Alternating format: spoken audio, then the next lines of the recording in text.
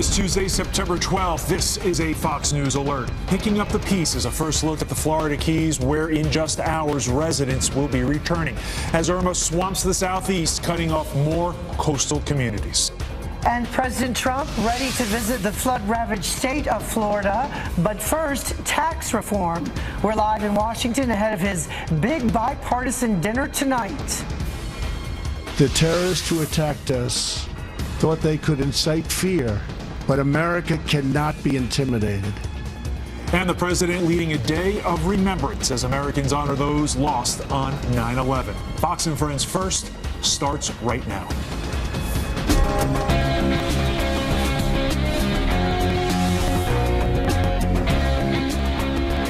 And good morning to you. You're watching Fox and Friends First on this Tuesday morning. I'm Heather Childers. And I'm Todd Pyro in for Rob Schmidt. Thank you for starting your day with us. All right, straight to that Fox News alert now. The Florida Keys will partially reopen this morning as families anxiously wait to see what's left of their homes. Yeah, millions still without power as the state picks up the pieces left behind from Irma's deadly, destructive wrath. Griff Jenkins kicks off our live team coverage this morning in Naples, Florida, with new details on the long.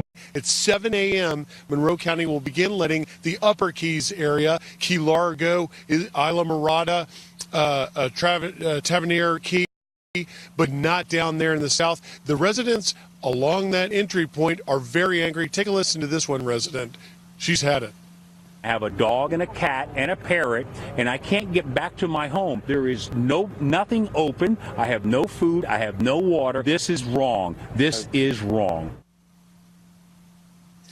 And Governor Scott was touring the area by air yesterday to really assess just how unbelievable this damage is that Irma caused. Here's what the governor had to say. My heart goes out to the people in the Keys. I mean, there's devastation. And you know, I just hope everybody survived. It's horrible what we saw. Now, obviously, one of the big stories, guys, you're going to hear playing out is power restoration, because nearly half or more of the state of Florida without power, difficult conditions, but none like that playing out in the Keys. Why so many stay behind? Perhaps we'll find out, but they've got to get in some food, which could be running out soon by today, water and other elements as people try and return. Business owners and residents to Upper Keys, a real situation to follow. Todd, Heather? Yeah, Griff, it seems a little bit early to have that rage that gentleman had. We just had a major hurricane, and major is an understatement. Yeah. But what are you going to do? Griff Jenkins live for us there in Florida. Thanks, Griff. Homes flooded and millions remain without power in Florida this morning. But that isn't stopping evacuees from trying to get back home. This is a live look. Actually, that's not live, but this is Fort Lauderdale, an hour after its doors reopened for the first time since Hurricane Irma. Meantime, Jillian Mealy joins us live from Orlando right now with the latest there. Jillian, good morning. Good morning, Heather and Todd. I can tell you from firsthand experience, people are just anxious to get outside, to get some food, to get home, to travel. We were actually in Orlando last night, and we saw lines like crazy outside of McDonald's, people just saying they needed to be out of their house and get back to normal life.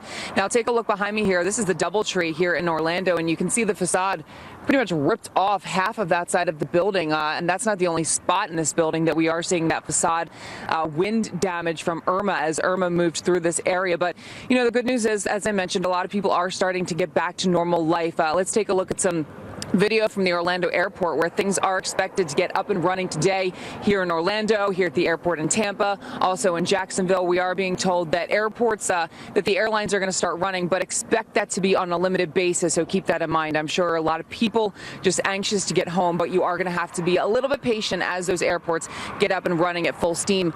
Yesterday we were in Tampa, as you guys know, and we made our way out here to Orlando, but in between, about 50 miles southwest of where we are right now, we stopped in a town called Lakeland. Lakeland got hit really hard. The eye of the storm went over it. We got a report of a couple that a tree literally fell and pretty much broke their home in half. And I don't know if we have this video that you can see, but as we pulled up to the house, you could see inside to the bedroom from the side of the house where the tree went through. You could see a mattress. You could see, you know, their belongings in there. So it was definitely quite a sight. And while we were there, we actually saw a couple checking it out for the very first time. Watch this. Did you hear this happened, or you just came back to say? Come back to come home, and we come back to nothing. And this is like the first major hurricane. I've only been down here since August of last year, so this is the first major hurricane that I've been through. And as you can understand, they were pretty upset, and that's the scene that we saw all over the place in every town we stopped in yesterday. People just getting that firsthand look of what they now have to deal with going forward. Send it back to you guys. All right, a lot of frustration as people head back home. It's such a tough moment when you first see that. Jillian, thanks. All right, for the latest on Irma, and of course, all eyes now on Jose. Let's go over to Janice Dean. She's live in studio. Janice. Hard to believe, 48 hours we were dealing with the landfall of Irma, and now the winds and the rain have spread out. It's just a remnant low, but bringing the potential for heavy rainfall across the Tennessee River Valley up towards the mid-Atlantic. We got upwards of 15 inches of rain, not only for South Florida, but North Florida and into southeast Georgia. Yesterday, we had a lot of flash flood emergencies going on. Future radar will show the storms kind of, well, spreading out and bringing a lot of heavy rainfall across parts of the Mississippi River Valley, the Tennessee River Valley, and then it will start to really weaken, and we will be done with this storm system by tomorrow. Hurricane Jose, where is it going? Your guess is probably better than mine, but we do have to monitor it as it comes quite close to the U.S., but you can see by the computer models, we don't quite know, but we will keep you posted. Back to you guys. Yeah. I doubt my guess is as good as yours, Right. or any of us. I think you know a little bit more, Janice. We will try our best, Janice but that looks like a big, like my kids went like this. Janice doesn't know what we got in science class, Yes. so I refer to Janice on this. Thanks, Janice. Thank you. Got it. Well, President Trump, meantime, reaching across the aisle to fulfill his promise of tax reform for the American people. And today he'll hold a bipartisan meeting with several top senators at the White House. Ellison Barber live in Washington, D.C. with all the details. Good morning, Ellison. Good morning to both of you. That's right. President Trump is hoping to make tax reform bipartisan, arguably starting tonight. The president is set to welcome a handful of senators on the left and the right to the White House for dinner this evening. According to a new report in the Washington Post, 3 Republicans and 3 Democrats will attend. Citing sources who are familiar with the plans, the Post says the dinner will include Republican members of the Senate Finance Committee, like Chairman Orrin Hatch, Patrick Toomey of Pennsylvania, and John Thune of South Dakota. On the Democratic side, Senators Joe Manchin of West Virginia, Joe Donnelly of Indiana, and Heidi Heitkamp of North Dakota. All are moderate Democrats up for re-election next year in states President Trump won. President Trump says tax reform is his top priority right now. His press secretary said yesterday that they want to get it done by the end of the year, and President Trump is taking that message straight to the people. Last week, he headed to North Dakota and gave a speech alongside Senator Heitkamp. We want to renew our prosperity, restore our opportunity, and reestablish our economic dominance, which is what we should be doing. Then we need tax reform that is pro-growth, pro-jobs, pro-worker, pro-family, and yes, pro-American. For the most part, Republicans have been the ones negotiating with the White House, the president's party, while the majority is a small one, and it's possible Trump will need some help from the other side of the aisle. Remember, last week he reached across the aisle and cut a deal with top Democrats to raise the debt ceiling. Heather, Todd. All right, Ellison Barber live for us. Thank you, Ellison. Well, that does bring us to our look at who's talking this morning. And former Speaker of the House, Newt Gingrich, says that President Trump never forgets who he works for, and that is the American people. Trump is a Republican, but he doesn't get up in the morning and say, my number one job is to build the Republican Party.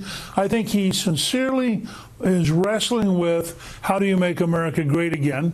I think he was very frustrated coming out of the summer with the inability to get things done on a partisan basis. And I think there's a little bit of floundering here that I think may be creative and healthy. We are in a different world. None of us fully know how the next 6 months are going to work out. I think for the Republicans, there's one absolute total imperative, and that is to pass a tax cut by Thanksgiving. And I think Trump has every reason to be worried that they won't be able to do it. Meantime, for the first time in U.S. history, the national debt has surpassed $20 trillion. The debt crossed that mark after President Trump agreed to raise the debt limit for 3 months, along with approving billions in hurricane disaster relief funds. Congress will have to address the debt ceiling again in December. Well, the UN slapping North Korea with some new sanctions. The Security Council unanimously approving a ban on the rogue regime's textile exports and cutting back on its ability to import oil. The measures aren't as tough as the U.S. wanted. The Trump administration had pushed for banning oil imports and freezing Kim Jong-un's financial assets. The new sanctions come after a series of long-range missile tests.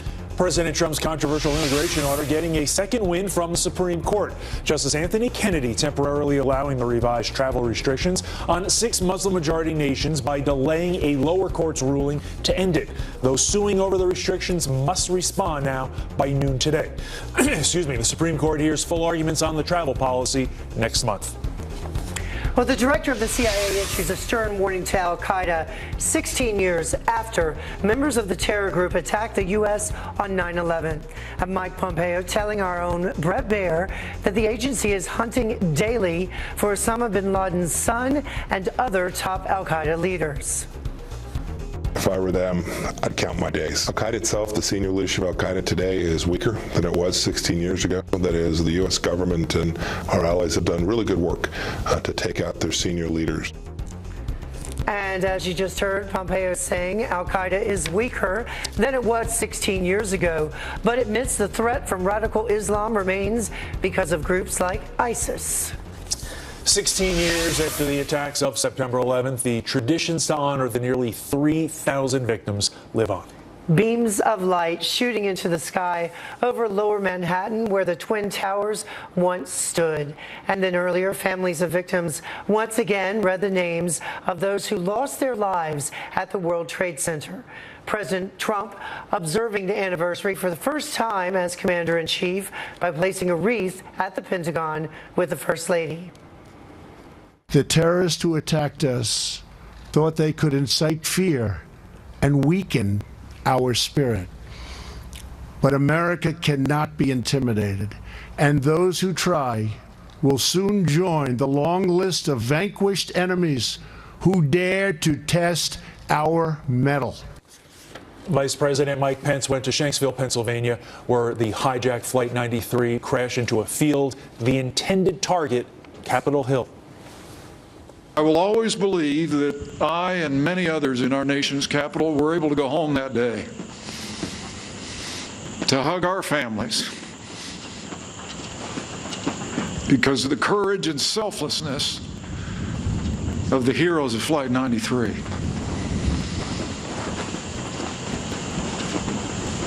So for me, it's personal. Vice President Pence was serving his first term as a U.S. congressman when the attacks were carried out. Well, the time now is 12 minutes after the top of the hour, and a plot to kill the vice president. The terrifying threat actually made against Vice President Pence on 9/11. Plus, get lost, looters. That's the message one Florida sheriff is sending to those ransacking stores in his city. He joins us live next. And braving the storm, the officer who saved Old Glory from Irma.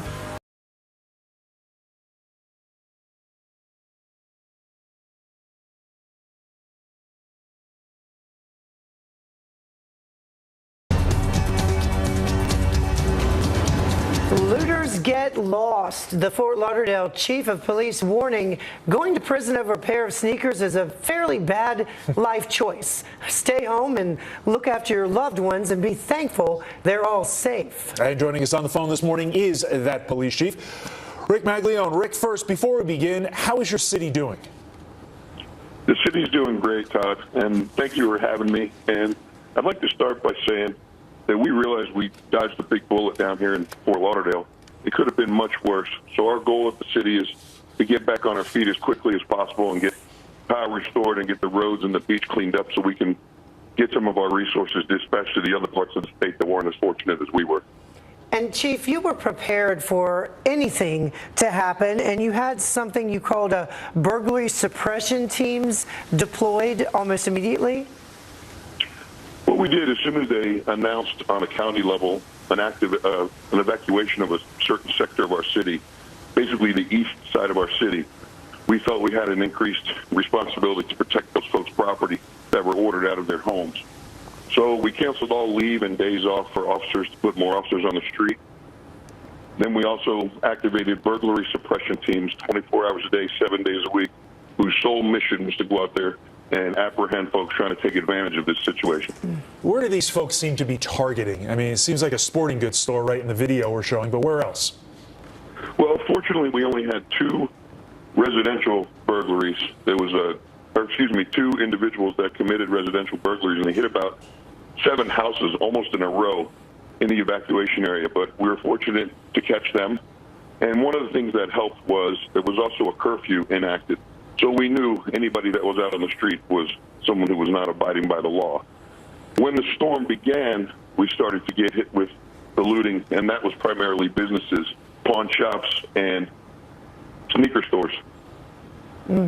I saw online and on Twitter, I don't know if it was you or if it was Miami, they actually posted a picture of some of these individuals who've been arrested for doing things like this. How many people have you arrested so far?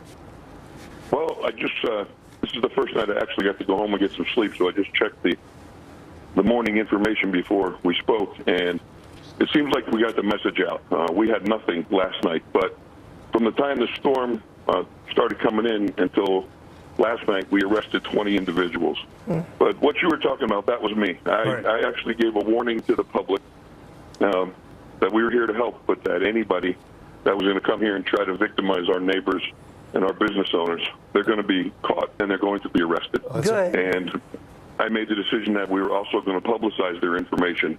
So hopefully that would dissuade anybody from engaging in that type of activity. Understood. Well, Chief, you do have your work cut out for you, both in the storm response and obviously on preventing looters, but we appreciate you taking some time to be with us this morning. Thank you for having me. Doing a great job.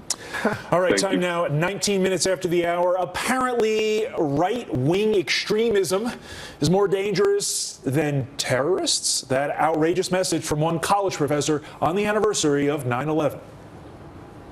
We've learned new information about his conduct that only provided further justification for that firing, including giving false testimony. Plus, the White House putting the pressure back on James Comey, and Hillary Clinton isn't in the clear either.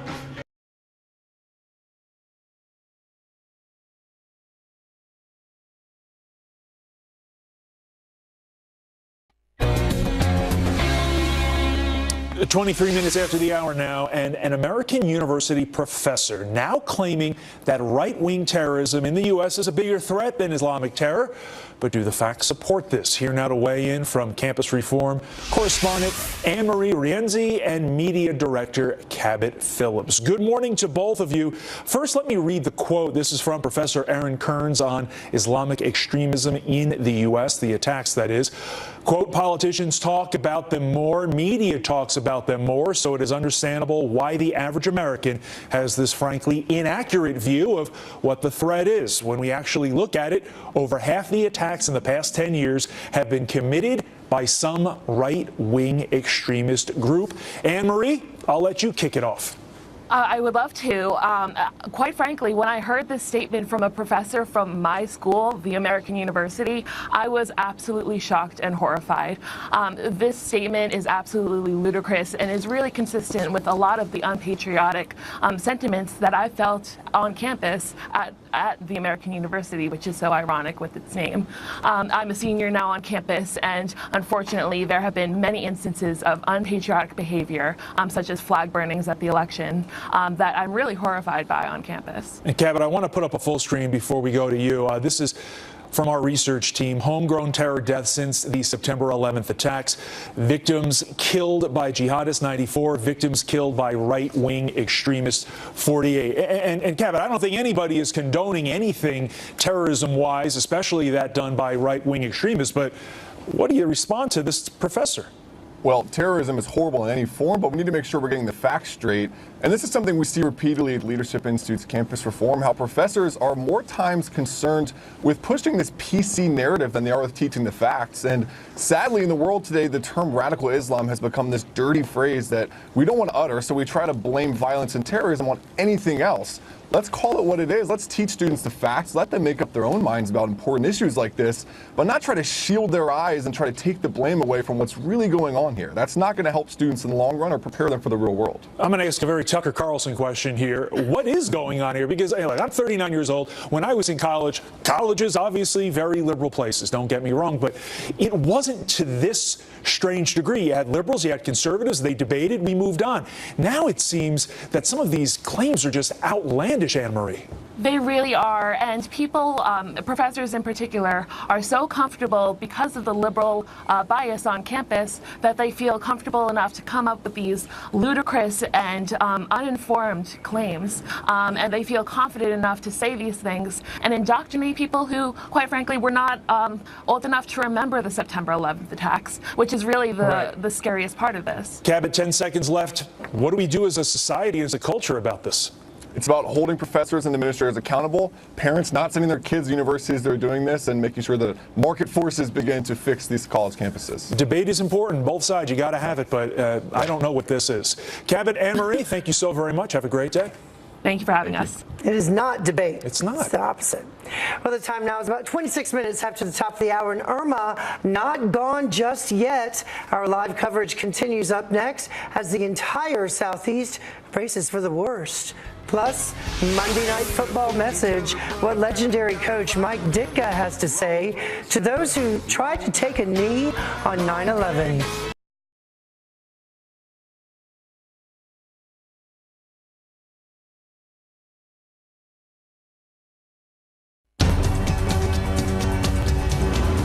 Straight now to a Fox News alert. The Florida Keys will partially reopen this morning as families anxiously wait to see what is left of their homes. Yeah, millions still without power as the state picks up the pieces left behind from Irma's deadly and destructive wrath. Griff Jenkins kicks off our live team coverage in Naples, Florida, with new details on the long road to recovery there. Griff, good morning.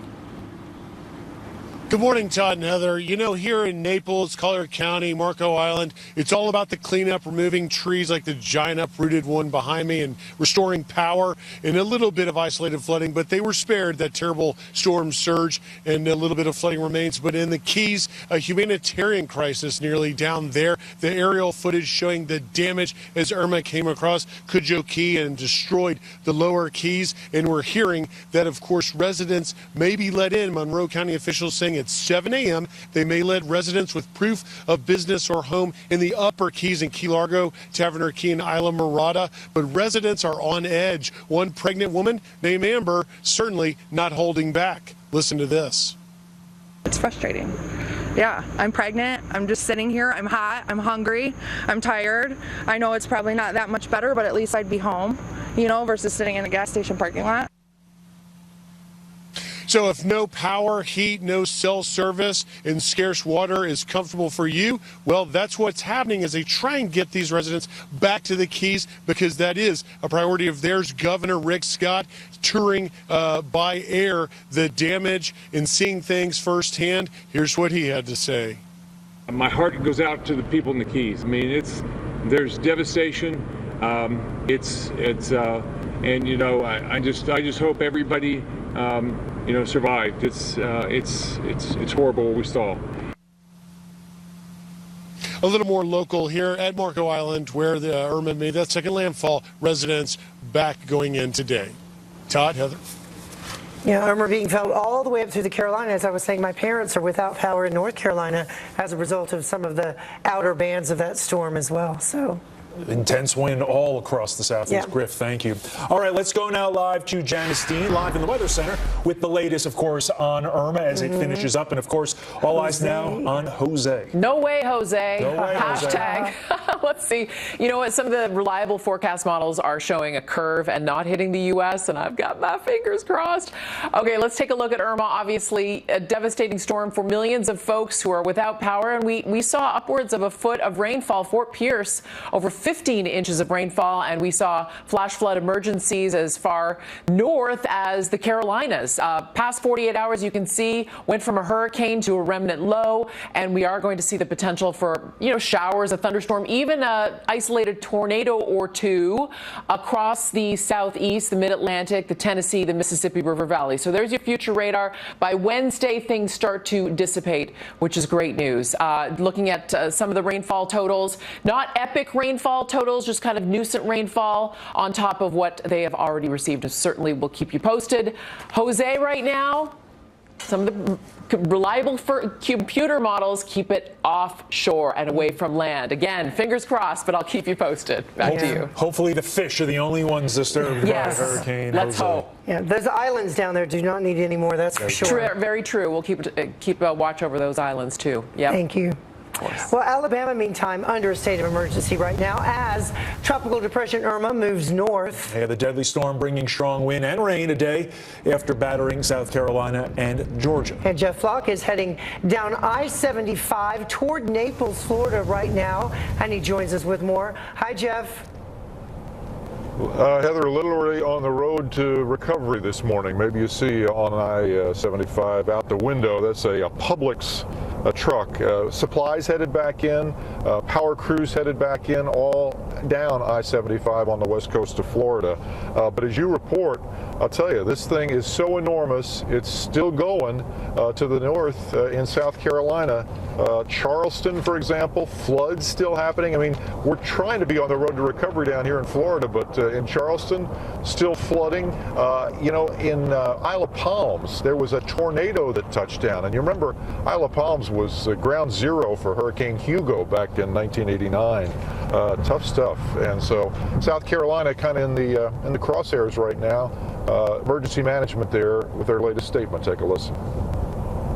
Right now, our primary priority is sheltering and initial response in support of the counties, and then also planning for damage assessment and re-entry as time goes on.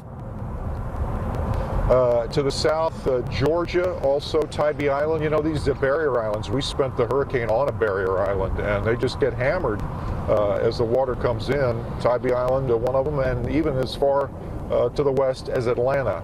I think the word out of Atlanta today is Atlanta is pretty much closed for business, as is much of Florida, but we're trying to get back on the stick here as we roll down. By the way, here's the Tampa Bay Times, by the way, Hurricane Edition. We were lucky. I guess you can call it luck, but if you're sitting somewhere out of power and in no air conditioning, you might not think you're that lucky. I don't know. You got your life, and comparatively speaking to some of those U.S. Virgin Islands that are dealing with criminals running around free right now. So, yeah. Jeff Flock with a much drier and less windy live shot than yesterday on the road to Naples. Jeff, thanks. Be careful. All right, if someone pays me enough money, I will kill the vice president. Those threatening words landing National Guardsman William Dunbar behind bars. Police claim the New Jersey native made the comments while on duty just days before the vice president's trip to the 9/11 memorial in Pennsylvania. Dunbar is charged with terroristic threats and disorderly conduct. White House Chief of Staff and retired Marine General John Kelly firing back after being called a, quote, disgrace to the uniform. Democratic Congressman Luis Gutierrez slamming Kelly for supporting the president's decision to end DACA, which protects children of illegal immigrants from deportation. In an exclusive statement to Fox News, Kelly says, quote, as far as the congressman and other irresponsible members of Congress are concerned, they have the luxury of saying what they want as they do nothing and have almost no responsibility. As my blessed mother used to say, empty barrels make the most noise.